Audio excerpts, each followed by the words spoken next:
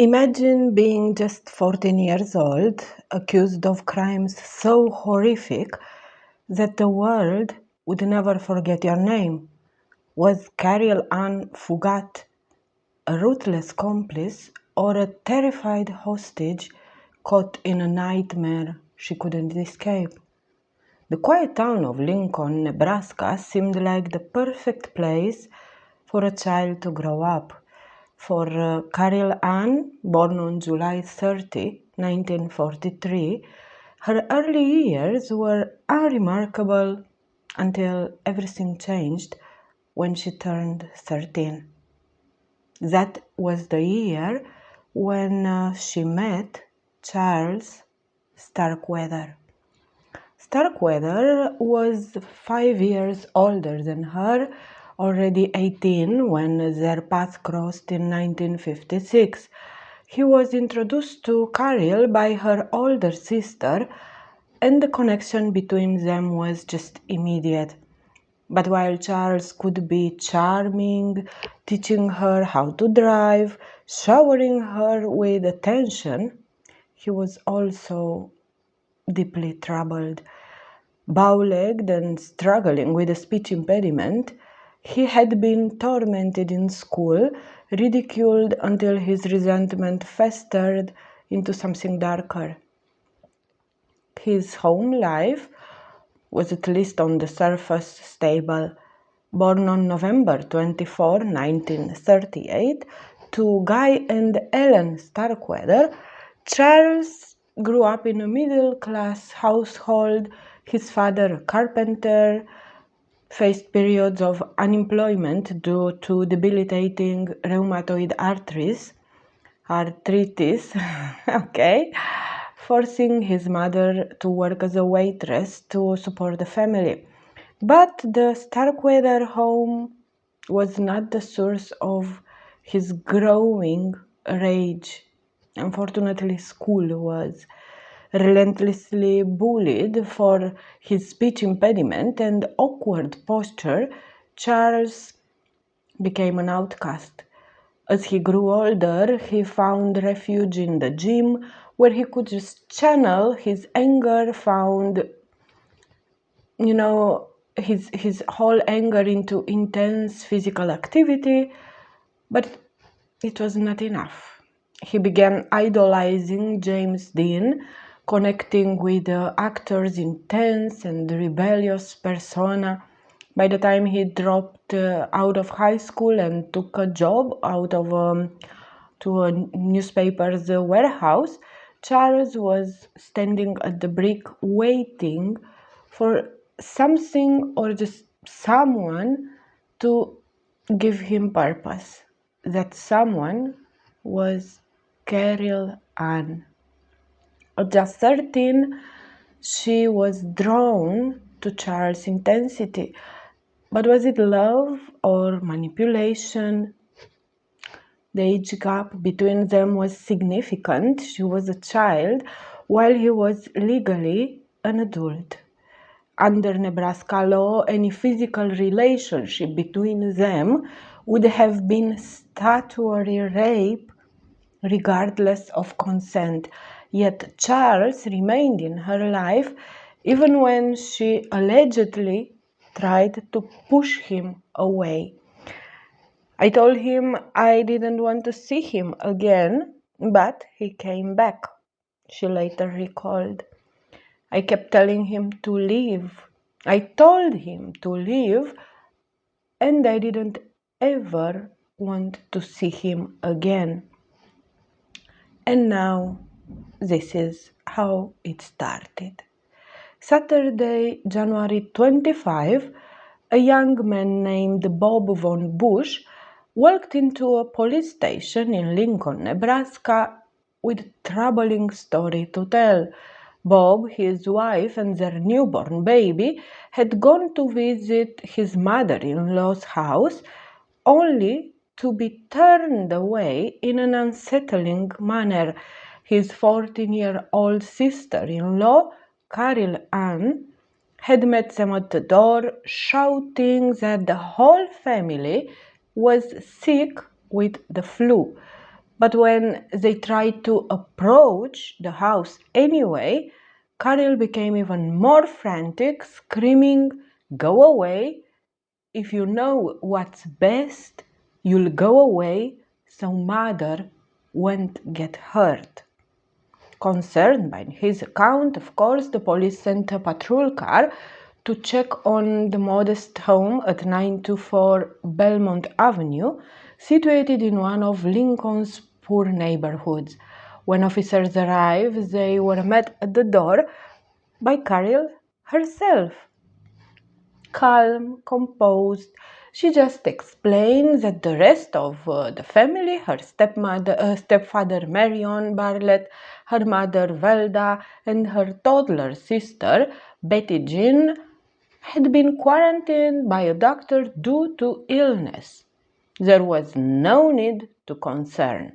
She went on to suggest that her brother-in-law, Bob von Busch, might have been trying to create problems. After all, her family had never fully approved of her sister's choice of husband, and it wouldn't be out of character for him to just spread false rumors. The officer, seemingly reassured by her explanation, left the scene without further investigation. But within days, the horrifying truth of what had really happened inside that house would come to light.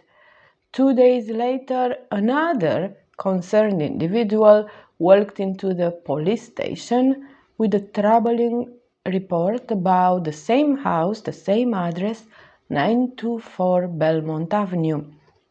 This time it was Velda's mother, Pansy Street. Worried about her daughter, of course, she had ignored the written note Caril had left on the floor. "Stay away, everybody is sick with the flu," and had just banged on the door, calling out until Caril finally appeared. Yet again, the girl refused to let her in, insisting that Velda's life was in danger. As Mrs. Street was recounting her unsettling encounter, another call came into the station. This time it was from Guy Starkweather, whose daughter Lavetta had visited 924 Belmont Avenue the previous day, hoping to see Caril. But Caril had just simply turned her away too, giving an even stranger reason. She claimed that Lavetta's brother, Charlie Starkweather, was inside planning a bank robbery. Acting on all of these reports, the police took Pansy Street back to the house. When repeated knocks went unanswered, she pleaded with the officers to just break in. Inside, the house was unsettlingly immaculate. Beds made, everything in place, but no sign of Velda, her husband, their toddler, or even Caril or Charlie. The officers, finding nothing immediately suspicious, took Mrs. Street home and left the scene. But later that evening, Bob von Busch and Rodney Starkweather, one of Charlie's 6 brothers, decided to investigate for themselves. What they found was far more horrifying than anyone had imagined. In an outhouse behind the home, they discovered Velda Bartlett's lifeless body, wrapped in a quilt and tied with a clothesline. Nearby, on a toilet seat inside a cardboard box, lay the small, crumpled body of Betty Jean. The toddler had suffered a knife wound to the throat and had the skull fractured. Alarmed, of course, the young man called the police, who soon uncovered another gruesome find. Marion Bartlett's body was found stuffed inside a rundown chicken coop, something like this. Like Velda, he had been wrapped in bedclothes and bound with rope. He had been shot in the head and stabbed in the throat. The bodies had been decomposing for nearly 1 week. By 5:43 p.m., the authorities issued an alert for Caril and her 19-year-old boyfriend, along with a description of Starkweather's car, a modified black 1949 Ford, which he occasionally was racing at a nearby track. The following day, the vehicle was discovered stuck in the mud on a rural farm outside the small town of Bennett, 16 miles southeast of Lincoln. The track led to the property of August Meyer, a 70-year-old farmer and a longtime friend of the Starkweather family. Charlie and his brothers had often hunted on Meyer's land. News of the abandoned car spread quickly, intensifying the already growing panic in Bennett. Just the night before, two local teenagers had cut their date short in fear, simply rushing home. The town was on edge, and residents had begun mobilizing their own search efforts. About 30 well-armed farmers joined 25 officers from county, state, and city police forces in surrounding Meyer's white-painted, weathered farmhouse, bracing for whatever they might find inside. The police were certain that Starkweather was inside. When a shipment of tear gas grenades arrived from Lincoln, County Sheriff Merkel Carnop issued a call for Starkweather to surrender. But silence followed. With no response, officers flooded the farmhouse with tear gas. Once the smoke cleared, they moved in. Instead of finding their suspects, they just discovered the body of August Meyer in one of the outbuildings. The back of his head had been obliterated by a blast from a sawn-off shotgun. The house had been ransacked, but Starkweather was nowhere to be found. Minutes later, Carnop received more bad news. Acting on a gut feeling, a local farmer had gone to check a tornado shelter, just a cellar sealed with a heavy trapdoor on the grounds of a demolished school a few miles away. Inside, at the bottom of the concrete steps, lay the bodies of the two missing Bennett teenagers, 17-year-old Robert Jensen and 16-year-old Carol King. Jensen had been executed with 6 shots to the back of the head. King had been killed with a single bullet. She was found naked from the waist down with multiple stab wounds in her lower abdomen inflicted by a thin double-edged knife.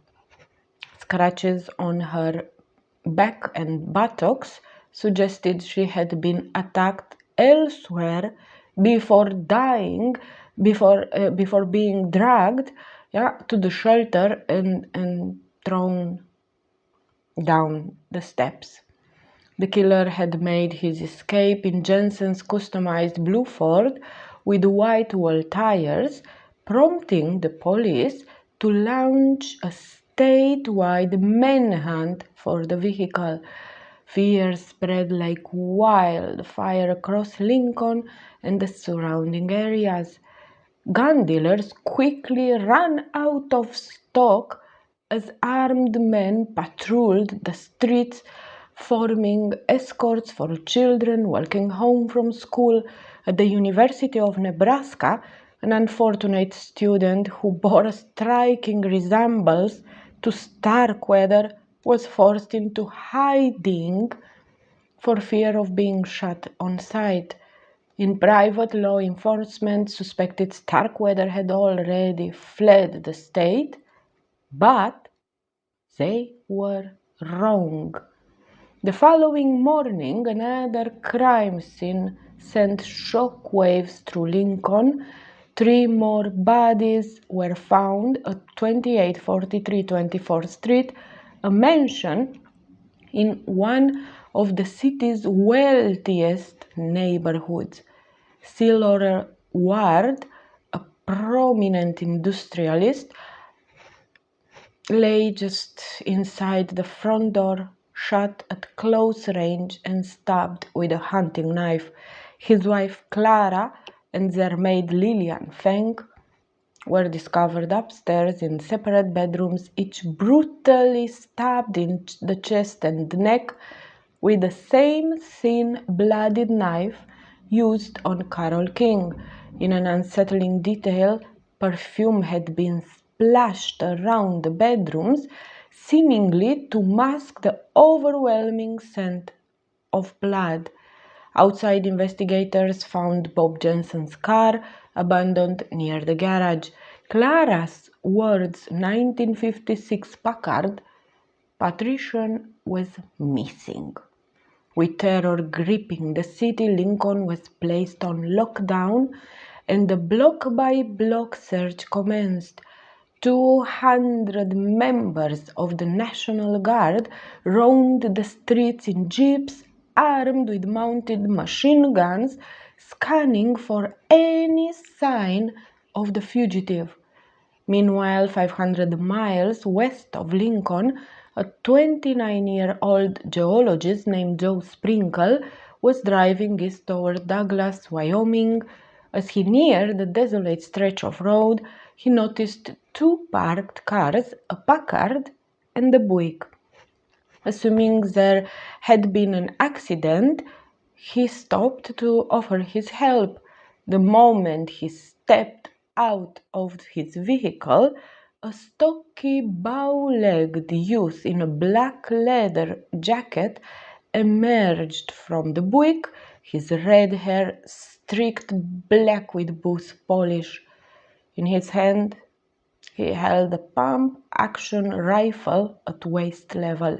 He barked an order. Sprinkle was to release the Buick's handbrake. Through the window, a horrifying sight greeted him. The bullet-riddled body of a middle-aged man slumped over the dashboard. Thinking very, very quickly, Sprinkle pretended to comply, but instead of reaching for the handbrake, he grabbed the barrel of the gun, triggering a struggle that spilled out onto the road. At that moment, Deputy Sheriff William Romer happened to be driving by. Slamming on the brakes, he glanced in his rearview mirror and saw a girl in a leather jacket and headscarf burst out of the back of the Buick and just sprinting towards him. "Take me to the police," she screamed. "He just killed a man." "Who is he?" Romer asked. "Charles Starkweather," she gasped. Meanwhile, Starkweather suddenly let go of the gun, sending Sprinkle tumbling backward into a pit beside the road. Taking his chance, Starkweather sprinted towards the Packard, jumped in, and roared off toward Douglas. Romer, of course, immediately set off in pursuit, calling ahead for a roadblock into his radio. Douglas, Chief of Police Robert Ainsley and County Sheriff Earl Heflin were already out on patrol when the alert crackled over the radio. Moments later, they spotted the Packard flying past in the opposite direction, easily hitting 100 miles per hour. They whipped their car around and gave chase, closing in just as Starkweather got caught in Douglas downtown traffic. Heflin fired at the Packard's tire with his pistol, sending pedestrians scrambling as Starkweather mounted the sidewalk to weave past slow-moving cars. At one point, the two cars were bumper to bumper, but the powerful Packard just lunged forward, blowing through a red light and barreling out beyond the city limits at 120 miles per hour. Leaning out of the window, Heflin aimed his rifle and fired. A bullet shattered the Packard's rear window. Seconds later, brake lights flared and the car rolled to a stop. Ainsley pulled up 100 yards behind. They didn't yet know Starkweather had abandoned his weapons in the Buick. Bleeding from his ear where the flying glass had cut him, Starkweather stepped out of the car. Heflin fired a warning shot at the ground, ordering him to get down. Starkweather reached behind him, and Heflin, thinking he was going for a gun, fired again, but missed. In reality, Starkweather had only been tucking in his shirt. Satisfied with his appearance, he finally lay face down on the road, and the officers approached carefully, handcuffed him, and the manhunt finally was over. On the ride back to Douglas, Starkweather had little to say.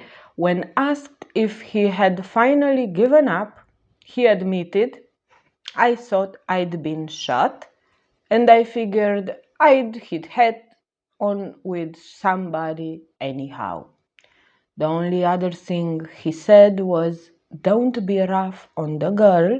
She didn't have anything to do with it." Caril, meanwhile, was making the same plea to Deputy Sheriff Romer. She repeated what she had told Lavetta Starkweather earlier on, that Charlie had been plotting a bank robbery with some young delinquents and that they had taken her family hostage to keep her from talking. Then, according to Romer, Caril made a statement that changed everything, blurting out that she had witnessed 9 murders in Nebraska.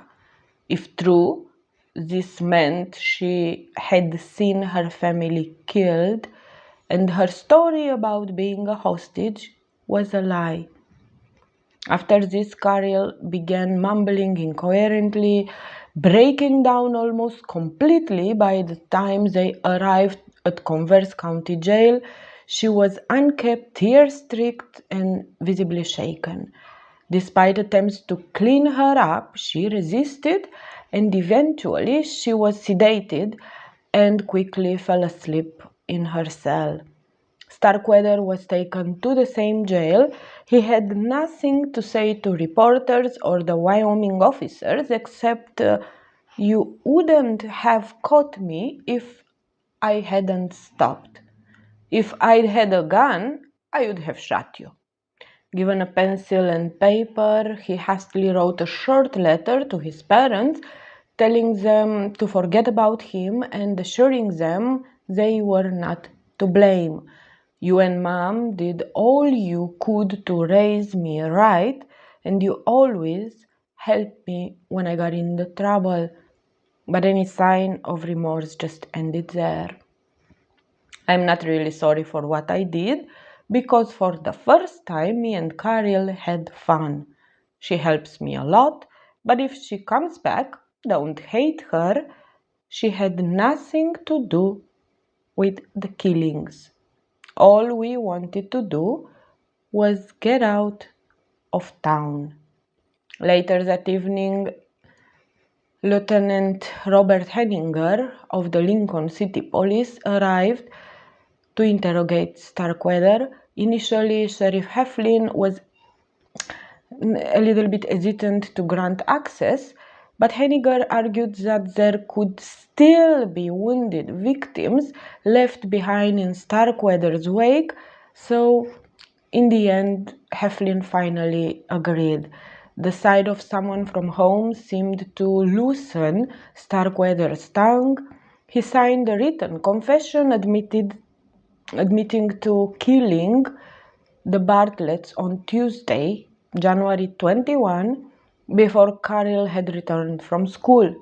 He claimed to have kept Caril captive by telling her that they were both being held hostage. He confessed to the Bennett murders and to shooting the man in the Buick, identified as Merle Collison, a traveling salesman from Montana. He just, sorry, it's just my dog is hearing something outside. He insisted that he had shot Lower Ward during a struggle, but maintained when I left, there was only one dead person in that house. The following day, Starkweather was formally charged with the murder of Merle Collison. Though the governor of Wyoming opposed capital punishment, he announced he would not block extradition to Nebraska, where the death penalty was still in place. Sheriff Carnop and a team of officers flew to Douglas to collect Starkweather. Charlie agreed to return without a legal fight, but only on one condition. They had to drive him back to Lincoln rather than fly. Carnop saw through the request. He wasn't afraid of flying.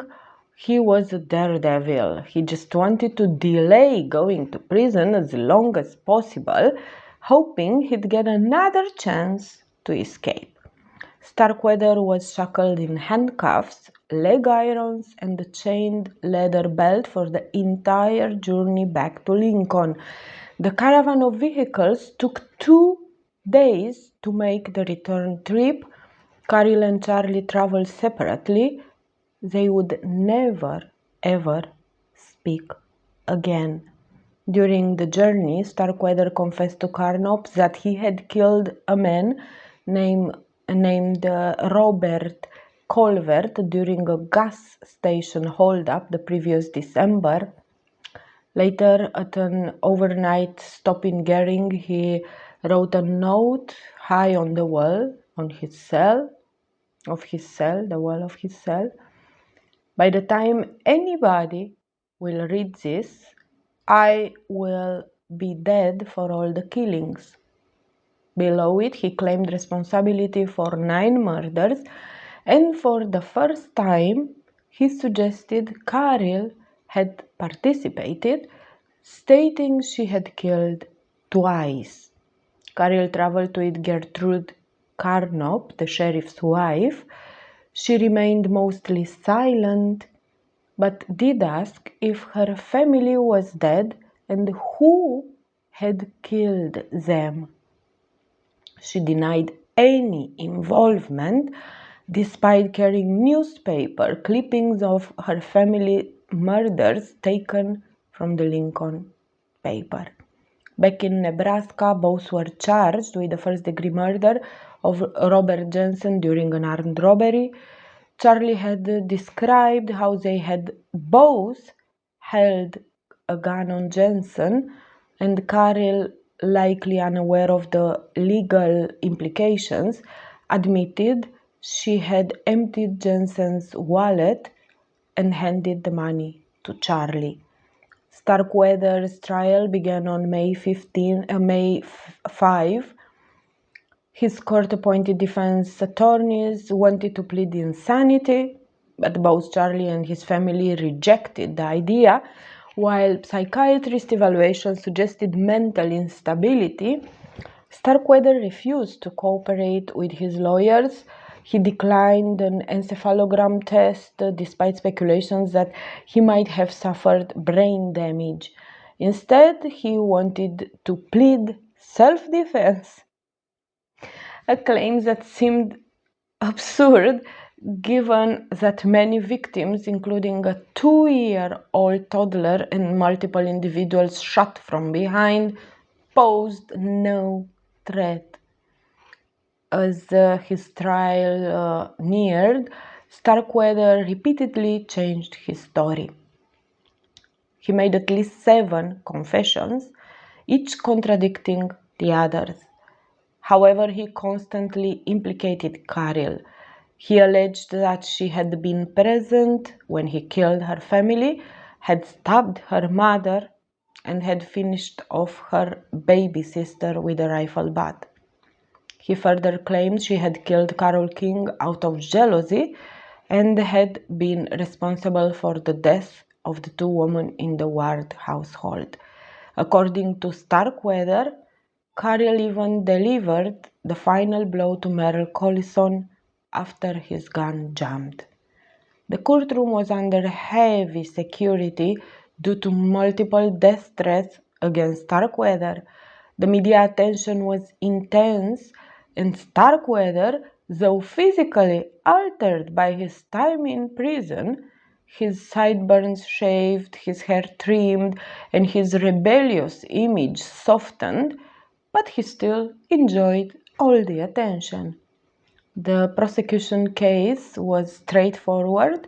Starkweather had confessed, his fingerprints were in Jensen's car, and the murder weapon, a pump-action rifle belonging to August Meyer, had been found in the backseat of Merle Colliston's Buick.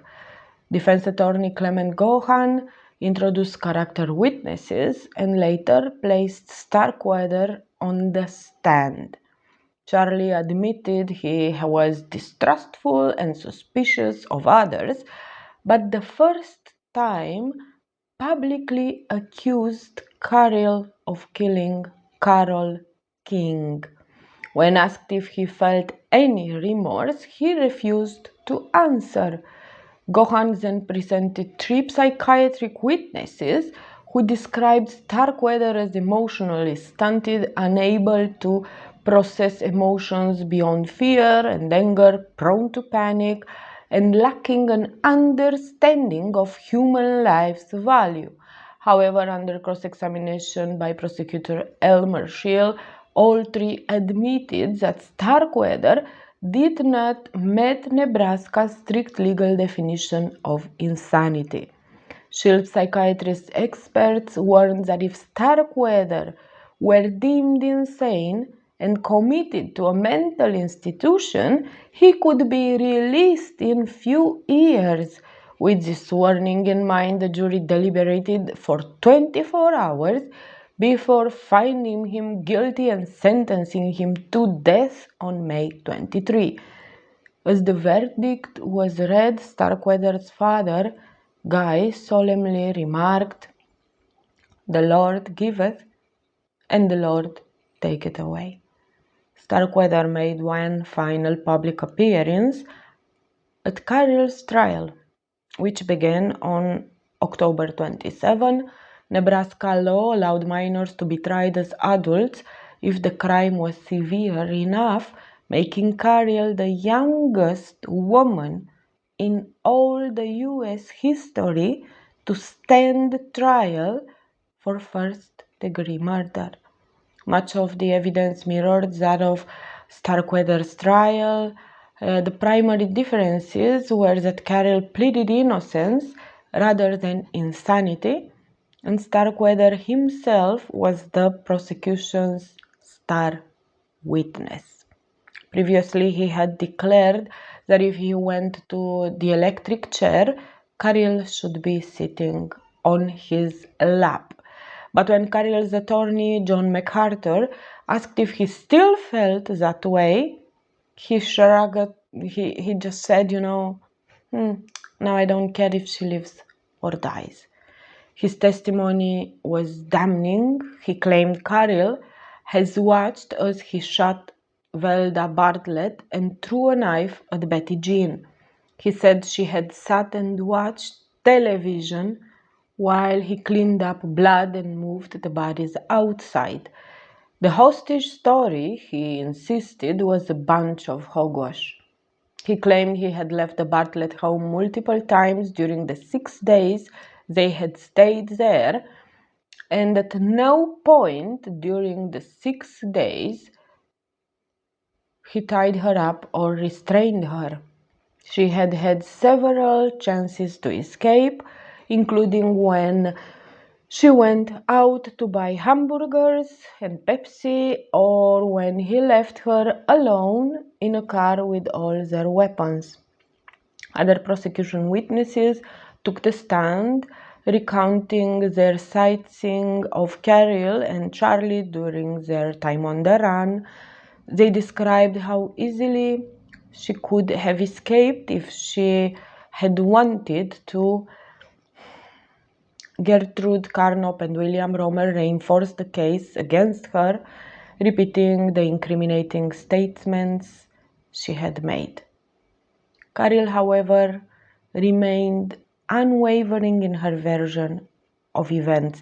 She claimed she had broken up with Starkweather on Sunday, January 19, and that when she returned home from school 2 days later, she was met with a gun pointed at her face.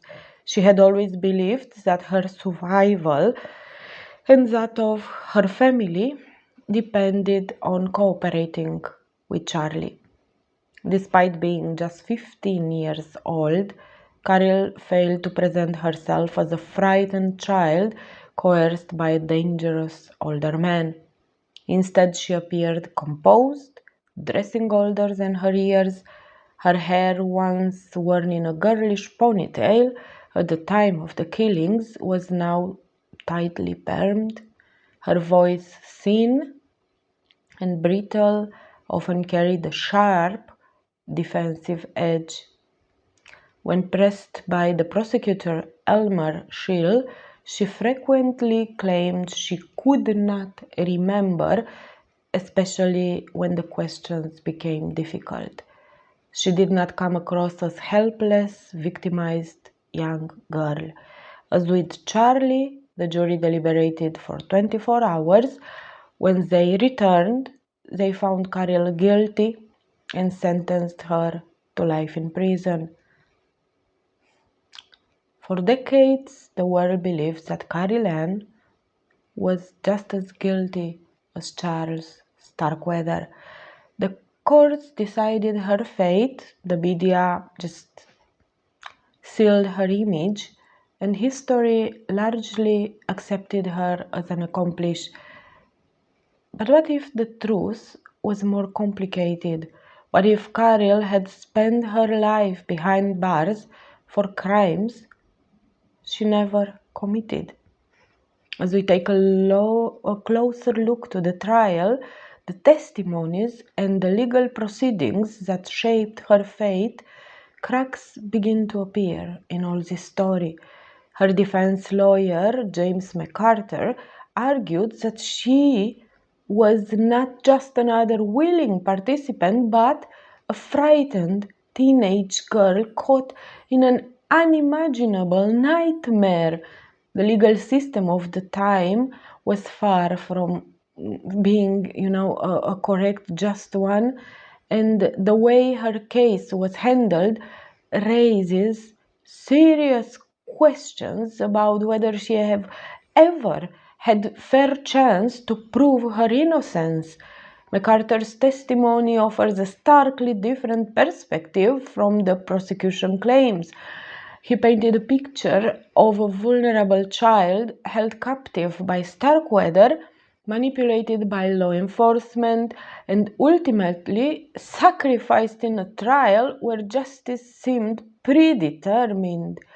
According to MacArthur, Caril was denied her basic rights from the very beginning.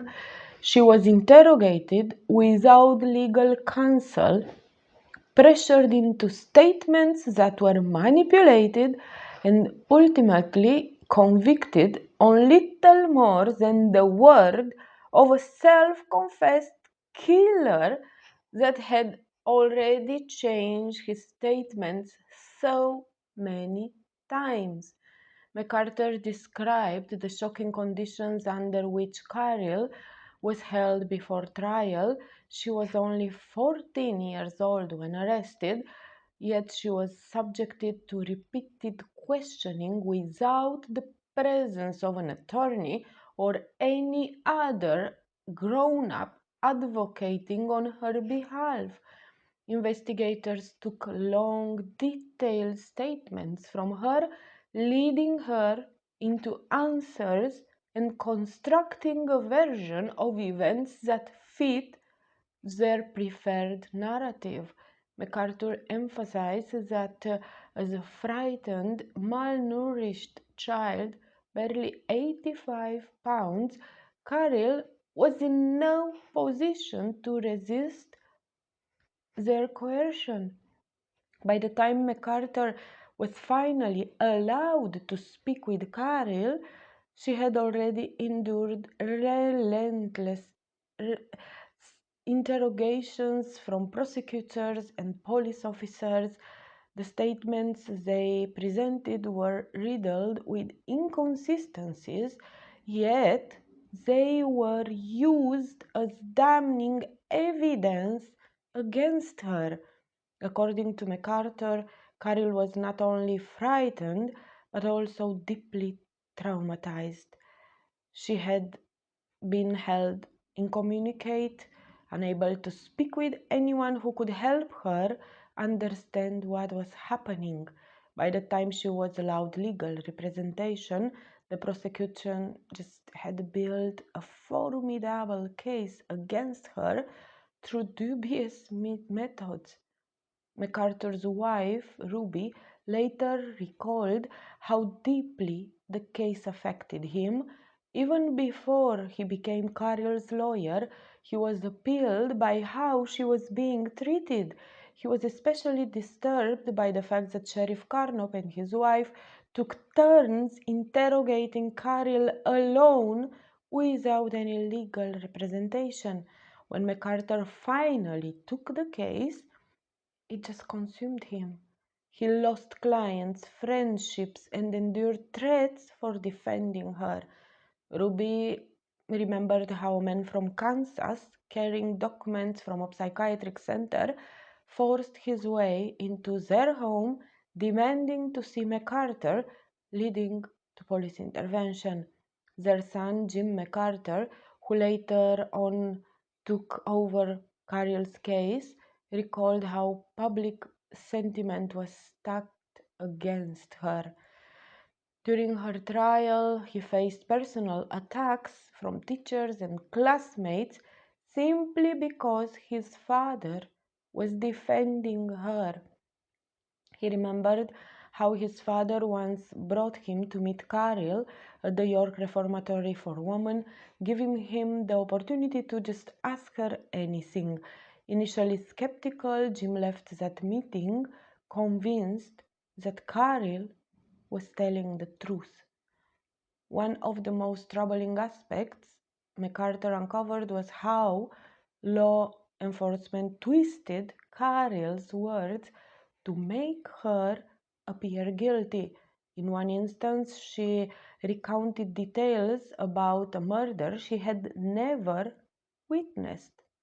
When questioned on how she knew these details, she responded, "You told me that yourself yesterday."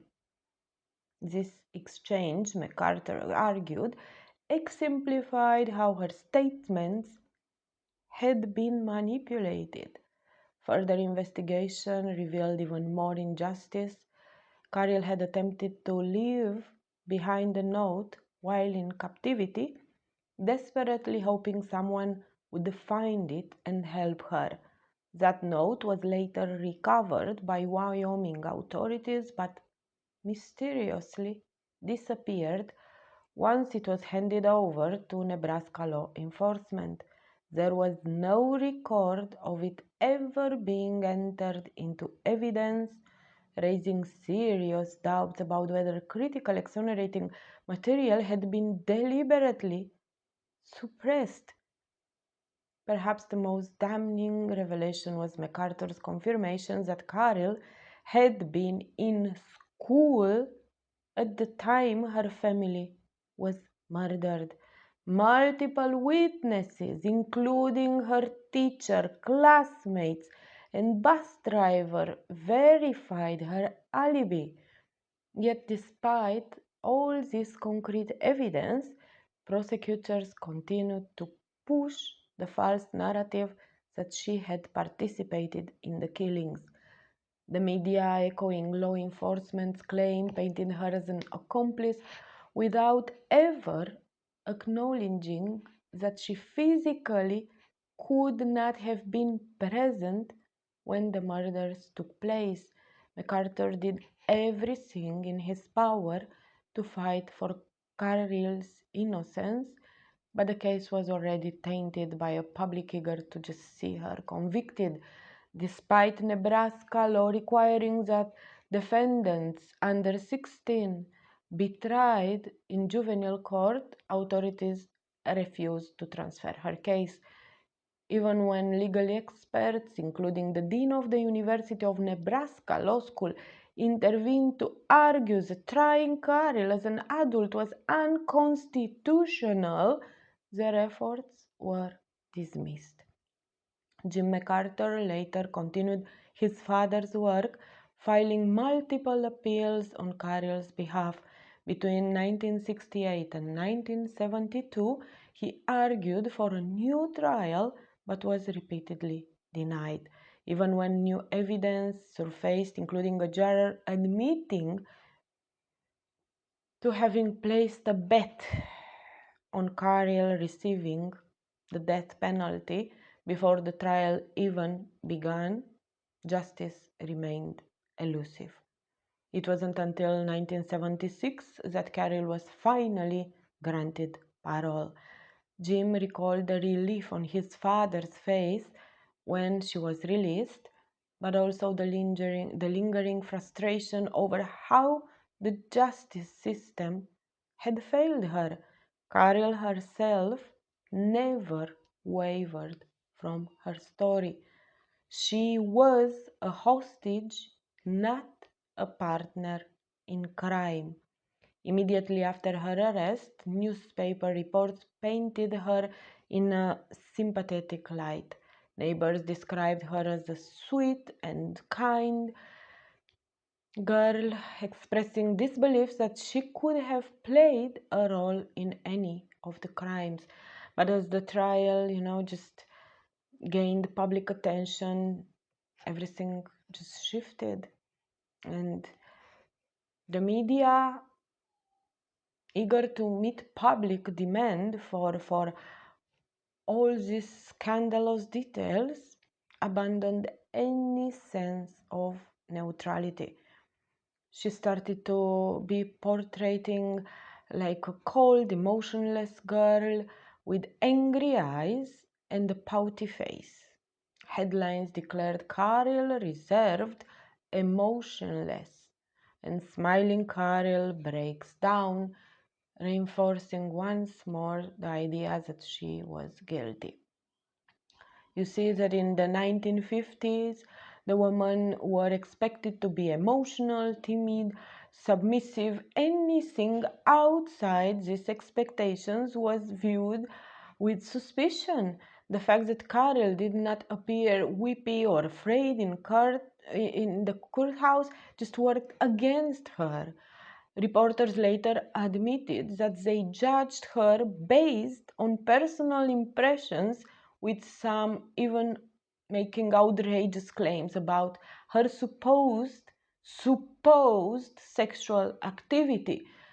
Um, all this was just because Charlie himself capitalized on this narrative, later boasting they had sex every day and twice on Sundays. At first, he told officers that Caril had nothing to do with the murders, but later he just changed the story, claiming she had killed two victims, yeah, the both girls. His own inconsistencies were conveniently ignored.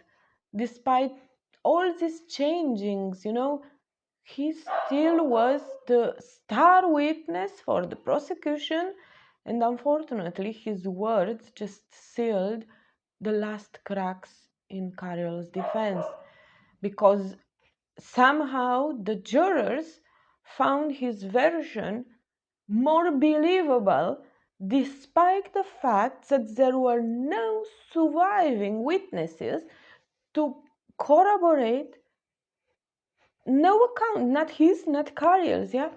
And this girl was already convicted before the jury even deliberated.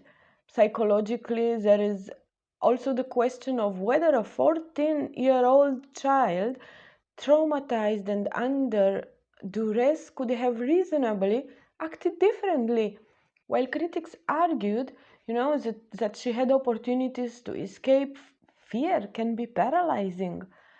Victims of domestic abuse often struggle to leave their abusers, even when physical barriers do not exist. Why would it be different for a terrified child held captive by a violent and unpredictable killer? Had Starkweather been a complete stranger rather than her ex boyfriend? Would the perception of her guilt have been different? Would the public just have viewed her as a frightened teenager acting out of shock and fear rather than a manipulative accomplice? Even years later, those connected to the case seemed more frustrated with Caril's insistence on her innocence than the possibility that she had been wrongly convicted. To them, her refusal to admit guilt was more problematic than the likelihood that she had never committed a crime in the first place. Caril was emotionless, except for the fact that she had to be sedated after the crime spree ended. She was promiscuous and had frequent sex. This was the testimony of Charles, yet she testified that he was impotent. And they did a physical examination on her, which revealed that she was still a virgin. Her hymen was intact. The truth of what happened in January 1958 remains clouded by prejudice, fear, and the desire for a simple explanation. But one question remains: was Caril truly guilty, or was she just another victim of Charlie Starkweather, of a justice system eager for conviction and a society that refused to see her as anything other than a bad girl? Over the years, several movies have been made that are inspired by the famous crime spree, including Badlands and Natural Born Killer. Her life with Starkweather even inspired Bruce Springsteen to write the song Nebraska about it. And there he described the pair as Bonnie and Clyde, like duo. Me and her went for a ride, sir, and 10 innocent people died. These are the words that Springsteen wrote and sings in the song. In 1973, the Nebraska Board of Pardons commuted Caril Zahn sentence to 30 to 50 years, making her eligible for parole. The decision was met with mixed opinions. Governor J. James Exon and Secretary of State Alan J. Bierman voted in favor of the commutation, while Attorney General Clarence Mayer opposed the decision. Why is that a surprise that he opposed? Maybe he was just scared of all the injustice that could just simply come out, with her out of the prison. Who knows? After serving 18 years, Caril was granted parole on June 20, 1976, from York Women's Reformatory in Nebraska.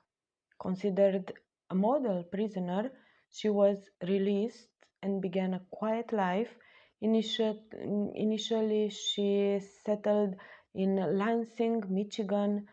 Following her release, she worked different jobs, including janitorial assistant, nanny, before eventually she retired.